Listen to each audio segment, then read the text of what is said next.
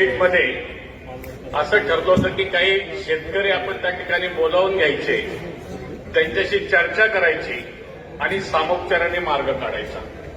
परंतु अद्याप तशी काही कारवाई झालेली दिसत नाही. आणि दुसरी गोष्ट अशी, माझ्या माहितीप्रमाणे जसा सचिन दोडकेंनी विषय मांडला की त्या रस्त्यावर चुकीचं डिमार्केशन देऊन काही बिल्डिंग सँक्शन दिल्यात का आणि त्याच्या बाबतीमध्ये पुढे काय आपण कारवाई करणार आहोत, हा एक मुद्दा.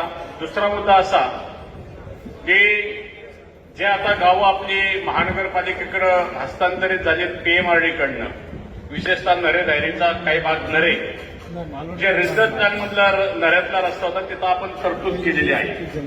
परंतु ही तरतूद करत असताना आरपीचं स्टेटस किंवा त्यांची जी काही जॉईंट मॅनेजमेंट असेल किंवा ज्या पद्धतीनं तिथलं अतिक्रमण असेल ते डिमार्केशन करून आपण त्या ठिकाणी काढून त्या ठिकाणी आपण तो रस्ता रुंदीकरणाला घेणार आहोत का? कारण श्रीकंठ चौक एक असा चौक आहे की त्या ठिकाणी त्या बर्मुडा ट्रँगल सारखं आमच्या तिथं ट्रॅफिक जाम होतं आणि अतिशय अडचणीचा